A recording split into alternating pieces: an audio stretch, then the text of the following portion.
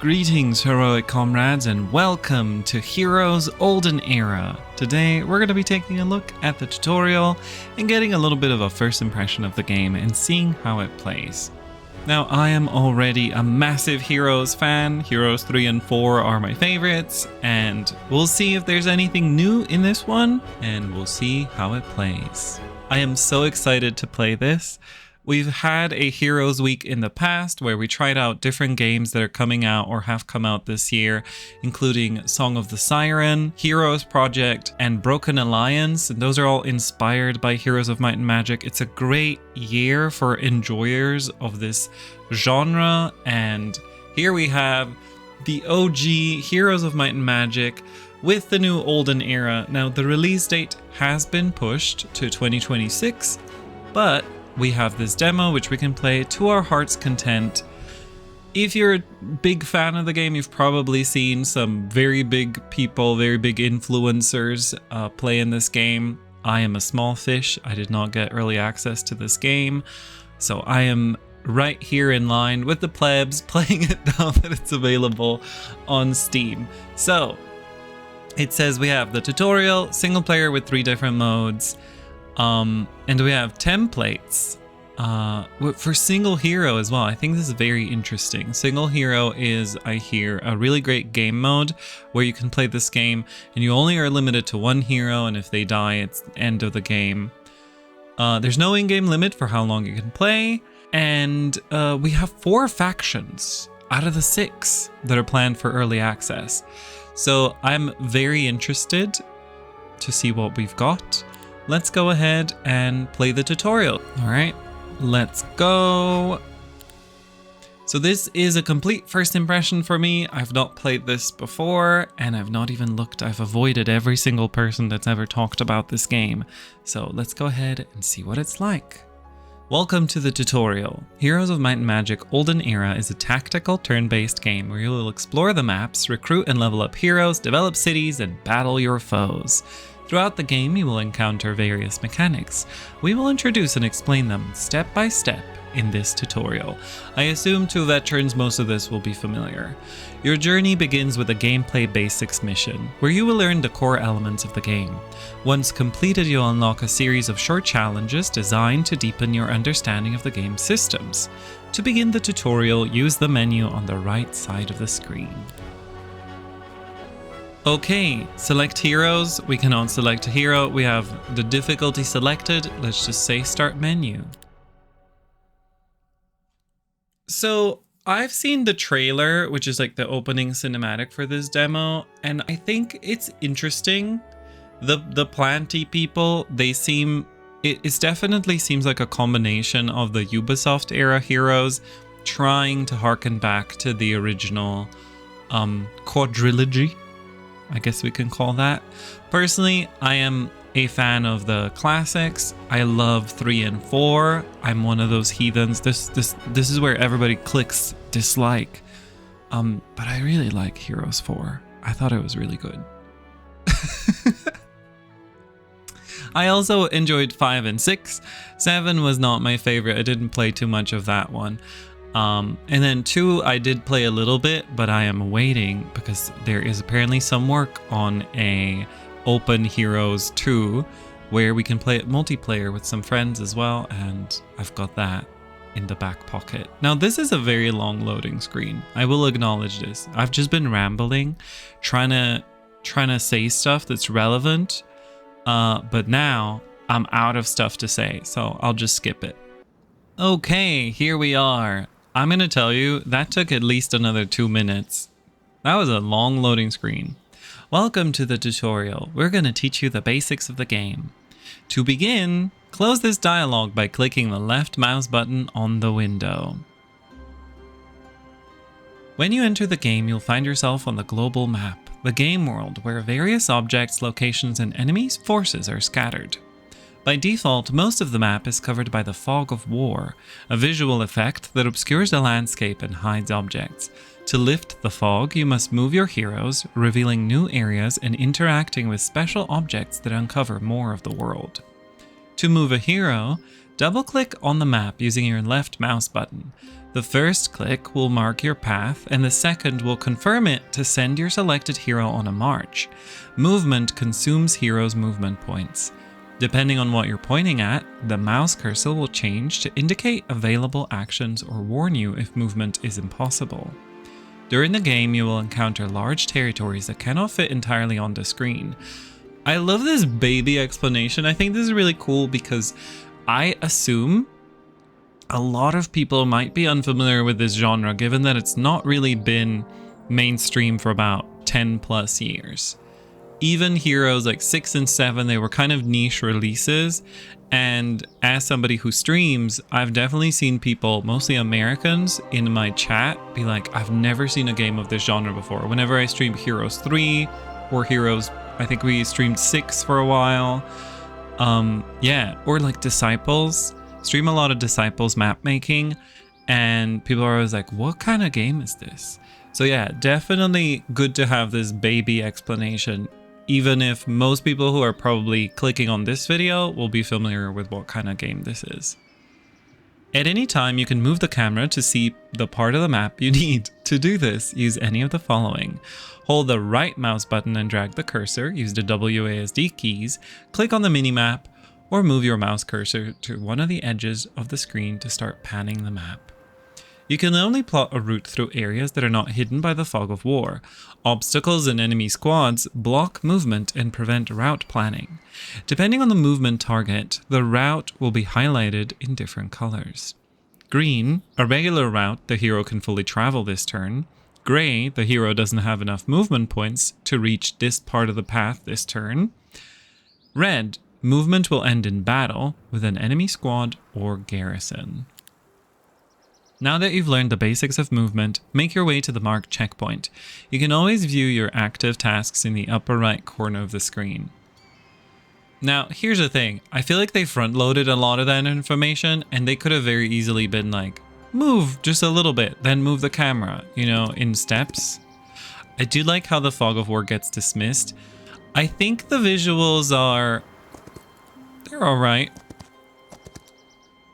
Your hero can no longer move. All movement points have been used up. Oh no, what should we do? Click the large round button at the bottom right of the screen to start a new day. Your hero will fully restore his movement points and can continue moving. Great! Your hero's movement points have been fully restored. Keep moving to the marked square. Well done on completing the first task. Now proceed to the next checkpoint along the road. It will help your hero to move faster. Oh, yeah, along the road movement is faster. You have discovered an interactive object, the Redwood Observatory, a special structure that removes the fog of war in a large radius around it. Throughout the game, you will encounter many interactive objects.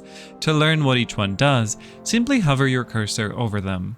Interact with the Redwood Observatory to continue the tutorial. To do this, double-click it with the left mouse button. You've uncovered a large area of the map, revealing new objects. The passage ahead is guarded by an enemy, and piles of gold lie scattered nearby. Before attacking the enemy and moving on, collect all the gold around you. As you do so, the current amount of each resource will be displayed in the resource panel at the top of the screen. Alright, let's go get some gold.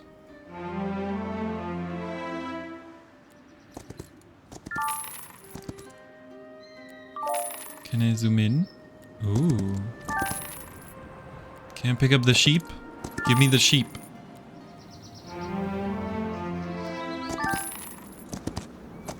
Some of the... Ooh.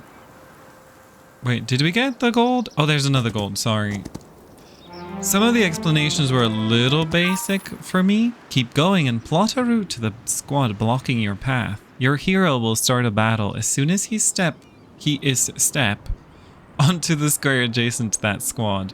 Yeah, some of the explanations are a bit basic. And also just like saying like the round button at the bottom right instead of the hourglass.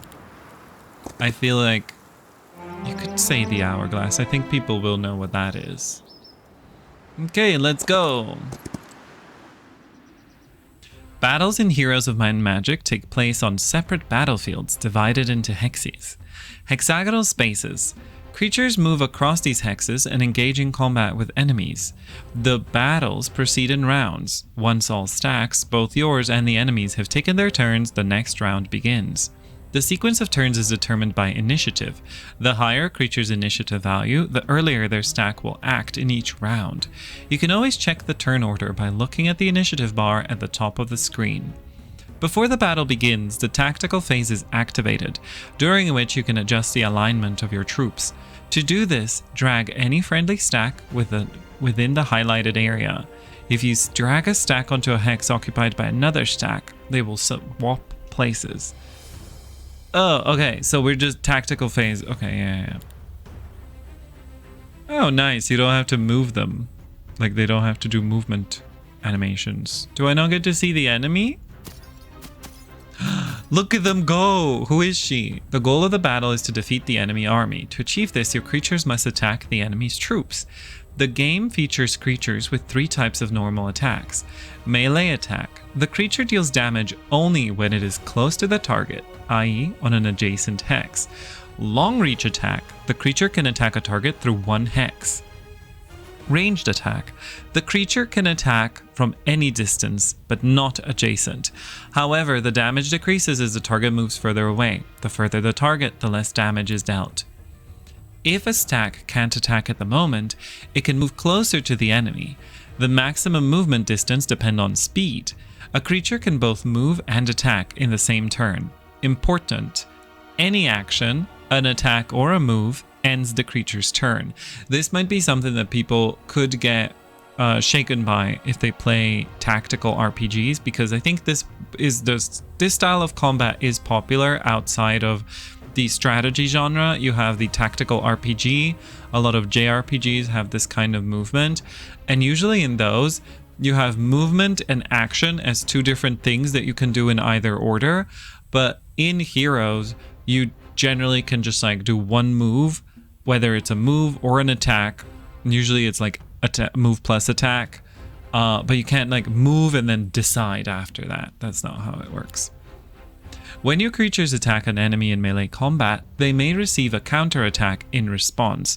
The number of counterattacks is limited. Usually, creatures can counterattack only once per round. In certain situations, if you don't want to stack to attack or move, you can use additional tactical options. Wait. The stack delays its action until the end of the current round, allowing others to act first. This option can only be used once per round per stack. Skip turn. The stack forfeits its action for the round and won't be able to act until the next one. So it's not defend, it's just skip? Manage your troops wisely. Plan their positioning on the battlefield and choose the optimal moment to attack to minimize losses from enemy counterattacks. Right, so usually I like to wait. But maybe we can move everybody up there to create a little choke point on one side. Look at them go! Who are they? Can I click them? They're trogs. Okay, never mind. I played myself. I didn't know that these guys have... They have like a reach. They have reach. Oh no. Alternative attack. Okay, that's kind of cool. Magic creature. Melee attack, toxic spear. Okay. Well, actually, putting it into this choke point was not a good idea. Let's just wait until all of the people move. Oh, you've already moved. You know what? Do we have spells? We don't. I'm just gonna wait.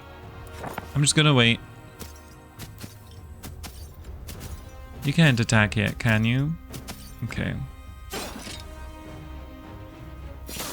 Oh, get slapped. Get absolutely slapped.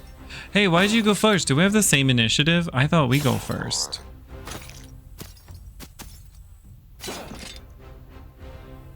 Alright. We didn't do very well.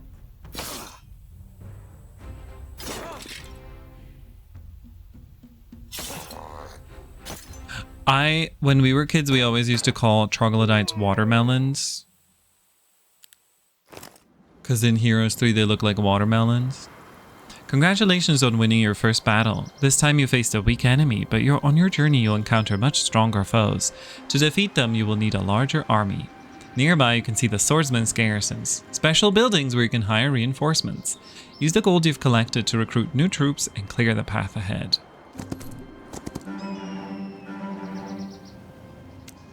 Oh, that was a nice little throwback. Continue forward. Your strengthened army can now take on a tougher enemy. Okay, here's what I like to do. Okay, how do we manage this thing? There you go. You make distractions. Oh, wait. I think, yeah, we'll have 3 active stacks. And then... Oh, nice. Look, we can balance them completely. Well, almost completely. We'll have 3 active stacks and 3 distractions. This is the plan. There's another garrison. Oh, damn. Boom, boom, boom, boom, boom, boom, boom, boom. Nice. Wait, you can upgrade? How do you do that? Do we have money? Are we out of money? Wait. I didn't know we could upgrade. Why can we do that? We don't know. All right, we're ready. Let's go. Let's fight them.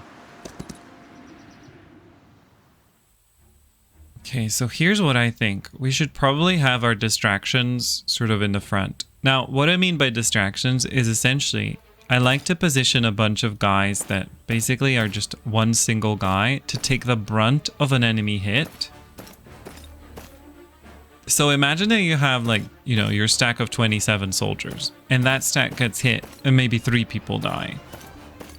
But if they use that same power on one soldier, whether they burn a retaliation or not, you lose fewer units. Oh, never mind, it's smart. It's not attacking my distractions. How dare you? This always worked in Heroes 3. I've been outsmarted. Yo, not the high morale. Damn. You're really not going for the easy ones? Well, in that case, perish. Okay, you're gonna wait. You are gonna also wait. Then you're gonna burn this one's retaliation. You could burn this one's retal.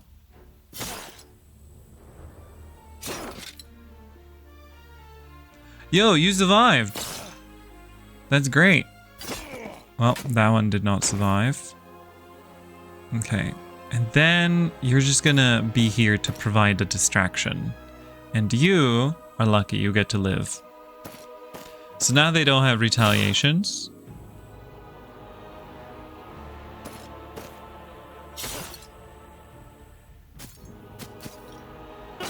Why are you attacking that one? You could have gotten a kill here. It's interesting, they're going for the strongest stack, not the weakest stack. Okay. Oh, we're gonna level up! By exploring the world and defeating opponents, your hero earns experience points. Once enough experience is gained, the hero levels up. With each new level, the hero receives random improvements to their attributes and chooses one of 3 secondary skills, passive abilities that enhance their overall performance. Choose your skills wisely to strengthen your hero. Heroes with well thought out skill combinations play a key role on the path to victory. That's 1 out of 6. Each hero has 4 attributes: attack, defense, spell power, and knowledge. Attack and defense are added to the corresponding stats of creatures in combat, increasing the damage they deal or reducing the damage they take. Spell power boosts the effectiveness of spells. Higher values mean increased spell damage and longer durations for positive or negative effects. Knowledge increases the hero's maximum mana, allowing more spell casting during combat. In addition, each hero also affects 2 combat stats, morale and luck. These are applied to all creatures in the hero's army. Morale affects creature behavior.